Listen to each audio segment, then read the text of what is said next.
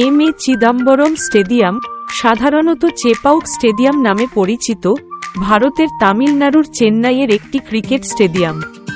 1916 সালে প্রতিষ্ঠিত, এটি কলকাতার ইডেন গার্ডেনের পরে দেশের দ্বিতীয় প্রাচীনতম ক্রিকেট স্টেডিয়াম। এটি তামিলদের মালিকানাধীন এবং পরিচালিত।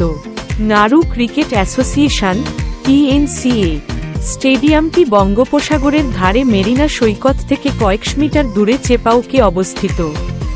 রঞ্জি ট্রফির প্রথম ম্যাচটি 4 নভেম্বর 1934-এ মাদ্রাজ এবং মহীশূরের মধ্যে চেপাউকে অনুষ্ঠিত হয়েছিল। ভারত 1952 সালে চেপাউকে ইংল্যান্ডের বিরুদ্ধে তাদের 24তম ম্যাচে তাদের প্রথম টেস্ট জয় রেকর্ড করে।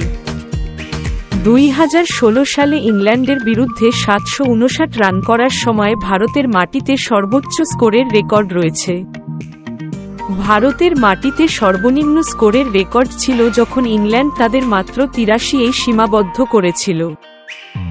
সচিন টেন্ডুলকার 9টি টেস্টে 87.60 গড়ে 876 রান সহ ভারতের অন্য যেকোনো ভেন্যু থেকে চেপকে বেশি রান করেছেন। MS ধোনি প্রথম ভারতীয় উইকেটরক্ষক ব্যাটসম্যান যিনি অস্ট্রেলিয়ার বিরুদ্ধে 23 ফেব্রুয়ারি 2013-এর মধ্যে প্রথম টেস্টে ডাবল সেঞ্চুরি করেন, যা একজন উইকেট কিপার অধিনায়কের সর্বোচ্চ স্কোর।